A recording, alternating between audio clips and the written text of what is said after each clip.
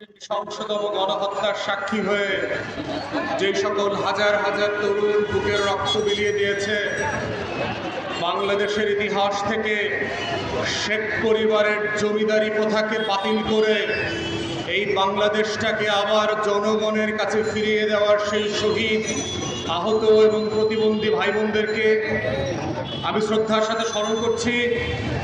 সিলেটের গোলাপগঞ্জে যে 7 জন ভাই শহীদ হয়েছেন, সিলেট শহরে একজন সাংবাদিক শহীদ হয়েছেন, শাহজালাল বিশ্ববিদ্যালয়ে একজন ছাত্র মারা গেছেন, সেই সকল শহীদদেরকে আমরা স্মরণ করছি, যারা জুলাই আগস্টের বিপ্লবী বীর হয়ে ইতিহাসের পাতায় লেখা থাকবেন। আমি শ্রদ্ধার সাথে স্মরণ করছি আমাদের আইন পেশার একজন সহকর্মী অ্যাডভোকেট সাইফুলকে গতকাল পরশুদিন যেভাবে নৃশংসভাবে ইসকনের উগ্রপন্থী জঙ্গিরা চট্টগ্রামে হত্যা করেছে, সেই শহীদ অ্যাডভোকেটকে স্মরণ করছি। বাংলাদেশের ইতিহাসের বাক পরিবর্তনকারী যে ঘটনা ঘটে গেছে গত জুলাই এবং আগস্ট মাসে, এই ঘটনা 1947-এর পাকিস্তান আন্দোলনের পর থেকে এই বঙ্গীয় জনপদের ইতিহাস তৈরিকারী ঘটনা। 52 বলেন, 62 বলেন, 69-এর গণ অভ্যুত্থান 24-এর কাছে হার মেনেছে 1990-এর স্বৈরাচার বিরোধী আন্দোলন। বাংলাদেশ শুধু না, এশিয়ার সীমান্ত পেরিয়ে আজকে পৃথিবীর বিভিন্ন দেশে বাংলার বসন্তের ছেলে মেয়েদের বীরত্ব গাথা মানুষ শ্রদ্ধার সাথে স্মরণ করছে, শিখছে কিভাবে লড়াই করে বেঁচে থাকতে হয়। সম্প্রতি আপনারা পাকিস্তানে দেখেছেন কিভাবে বুলেটের বিরুদ্ধে, সামরিক গণতন্ত্রের নামে লুটপাটতন্ত্রের বিরুদ্ধে লক্ষ লক্ষ মানুষ বেরিয়ে এসেছে, কিভাবে ধর্মঘট এবং হরতালকে অগ্রাহ্য করে বুলেটের সামনে বুক পেতে দিয়ে তারা জীবন দিচ্ছে এবং তারা তাদের দেশের পতাকার সাথে সাথে বাংলাদেশের পতাকা পর্যন্ত উড়িয়ে দিয়েছে। কারণ বাংলাদেশের পতাকা শুধু আজকে লাল সবুজের পতাকা না, বাংলাদেশের পতাকা আজকে 20 কোটি মানুষের জীবন মরণের পতাকা না, বাংলাদেশের পতাকা আজকে কৃষক শ্রমিকের পতাকা না, বাংলাদেশের পতাকা শুধুমাত্র বাংলা বসন্তের গণ অভ্যুত্থানের পতাকা না, লাল সবুজের পতাকা শুধু 1,47,000 বর্গ কিলোমিটারের পতাকা না, এই লাল সবুজের পতাকা হচ্ছে পৃথিবীর মুক্তিকামী মানুষের রক্তের রঙে পরিণত হয়েছে।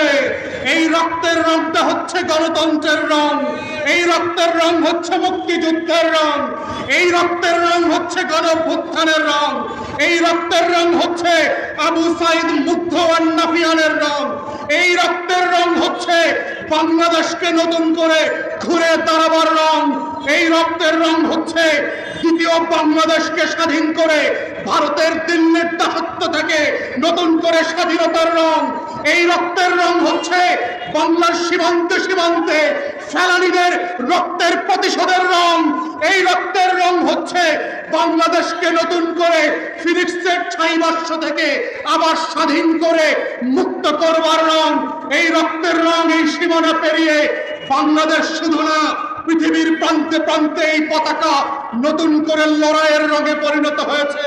তাই দিল্লিকে বলছি, ইসকনকে বলছি, আওয়ামী লীগকে বলছি, যারা চট করে বাংলাদেশে ফিরে আসবার চক্রান্ত করছেন, ঘুমের ভিতরে স্বপ্ন দেখেন, দিনের আলোতে দেখবেন না। বাংলাদেশের মানুষ 20 কোটি মানুষের রক্ত থাকতে আবু সাইদ মুগ্ধরা আবার নতুন করে সাইফুল হয়ে ফিরে আসবে, নতুন করে নাফিয়ান হয়ে ফিরে আসবে, সিলেটের শহীদদের মতো করে, শাহজালালের মতো করে আবার ফিরে আসবে, আবার শত্রুর বিরুদ্ধে লড়াই করবে, আবার এই দেশকে স্বাধীন রাখবার যে সৈনিক, সেই সৈনিক আকারে আবার জেগে উঠবে। তাই আমাদের শত্রুদেরকে হুঁশিয়ার করছি, সীমান্তের ওই পারে থাকেন আর এই পারে থাকেন, বিজেপিকে বলছি, যারা বধ করছেন আমার সীমান্ত অবরোধ করবেন। 20 কোটি মানুষ ঘুমায় নাই। সাইফুলের জানাজা দেখেন গতকালকে, আপনারা সীমান্ত অবরোধ করবেন, আমরাও অবরোধ করব। যুদ্ধের বদলে যুদ্ধ হবে, রক্তের বদলে রক্তের ফয়সালা হবে। লাল সবুজের পতাকার সাথে কোন গদ্দারি বেঈমানি আমরা মেনে নেই নাই। নমরুদের বিরুদ্ধে, ফেরাউনের বিরুদ্ধে, শেখ বংশের জমিদারের বিরুদ্ধে আমরা যেভাবে লড়াই করি, এই লড়াই চলছে এবং চলবে ইনশাআল্লাহ। প্রিয় সিলেটবাসী, এবি পার্টির রাজনীতি হচ্ছে বাংলাদেশের লাল সবুজের পতাকাকে সমুন্নত রাখার রাজনীতি। এবি পার্টির রাজনীতি হচ্ছে সেবা এবং সমস্যা সমাধানের রাজনীতি। যেই রাজনীতি নিয়ে আমরা বারবার বলেছি, এই রাজনীতি শুধুমাত্র ফ্যাসিবাদী শেখ পরিবার এবং আওয়ামী লীগকে বিতাড়িত করবার মধ্য দিয়ে শেষ হয় নাই। এই রাজনীতি হচ্ছে বাংলাদেশকে নতুন করে বিনির্মাণ করবার রাজনীতি। এই রাজনীতি হচ্ছে আমার সিলেটের চা বাগানের শ্রমিকদের ন্যায্য পাওনার রাজনীতি। এই রাজনীতি হচ্ছে সিলেটের পাথর ঘাটে যেটা আছে, পাথর কোয়ারি আছে, এই পাথর কোয়ারির লক্ষ লক্ষ শ্রমিকের পেশা ফিরে পাওয়ার রাজনীতি। এবি পার্টির রাজনীতি হচ্ছে পরিবেশ এবং প্রযুক্তি বান্ধব নতুন করে এই পাথর কোয়ারিকে শিল্পাঞ্চল বানানোর রাজনীতি। এবি পার্টির রাজনীতি হচ্ছে সিলেটকে পর্যটন নগরী বানানোর রাজনীতি। এবি পার্টির রাজনীতি হচ্ছে বন্যা থেকে সিলেটবাসীকে বাঁচানোর জন্য প্রয়োজনে আমরা লক মার্চ করে ইটনাম, মিঠামোহন, অষ্টগ্রামের রাস্তা ভেঙে দেওয়ার রাজনীতি। হচ্ছে সুরমা এবং কুশিয়ারাকে ক্যাপিটাল ক্রসিং করে বন্যা যেন না হয় সেই উপযোগী করবার রাজনীতি। এবি পার্টির রাজনীতি হচ্ছে সিলেটে ন্যূনতম 1 কোটি মানুষের চাকুরি, পেশা, ব্যবসা তৈরি করবার রাজনীতি। সেই রাজনীতি নিয়েই এবি পার্টি সারা বাংলাদেশে যাচ্ছে। নতুন করে এই বাংলাদেশটাকে ঘুরে দাঁড়ানো যাবে কিভাবে, সম্মানের সাথে, মর্যাদার সাথে এই বাংলাদেশ এবং লাল সবুজের পতাকা যেন সারা বিশ্বে আদর্শের উদাহরণ হয়ে থাকে, সেই রাজনীতির নাম হচ্ছে এবি পার্টির রাজনীতি।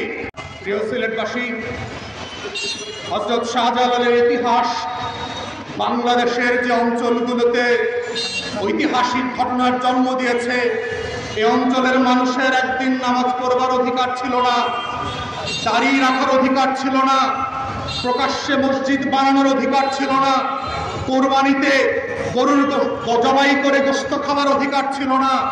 আপনারা সিলেটবাসীরা লড়াই করে রক্ত দিয়ে সেই শহীদ শাহজালালের উত্তরসূরি হয়ে এখানকার রাজাকে, জমিদার জালেমকে যেভাবে বিতাড়িত করেছেন, ঠিক একইভাবে আমরা লড়াই করে গত 16 বছর সারা বাংলাদেশ থেকে সেই জমিদারদের উত্তরসূরি শেখ পরিবারের জমিদারদেরকেও বেগম লক্ষণ সেনের মতো বাংলা ছেড়ে পালিয়ে যেতে বাধ্য করেছি। এই যারা বধ করছে সেই দ্বাদশ শতাব্দীর নদিয়া থেকে লক্ষণ সেন পালিয়ে গিয়ে নদিয়াতে যেভাবে আর ফিরতে পারে নাই, শেখ পরিবারেরও একই দশা হবে। লক্ষণ সেনের মতো বড় ভবন থেকে তার প্রভুর দরবারে চলে যাওয়ার পরে এই বাংলার মাটিতে আর তার জায়গা হবে না। যেই ফর্মুলাই জারি থাকুক, ট্রাম্প ইলেকশনে আসুক বা জিতুক, মোদি থাকুক বা থাকুক না থাকুক, বাংলাদেশের 20 কোটি মানুষ প্রত্যেকটা জেলায়, উপজেলায়, প্রত্যেকটা ইউনিয়নে, ওয়ার্ডে নতুন করে এদেশের স্বাধীনতার রক্ষক এবং সৈনিক হিসাবে থাকবে এবং সেই লড়াই থেকে তারা কোনোভাবে পিছপা হবে না। সেই লড়াই এবং সংগ্রামের যে আন্দোলন, এই আন্দোলনে আপনাদেরকে যুক্ত থাকার আহ্বান জানিয়ে আমার বক্তব্য এখানে শেষ করছি। সবাইকে অসংখ্য ধন্যবাদ। আসসালামু আলাইকুম।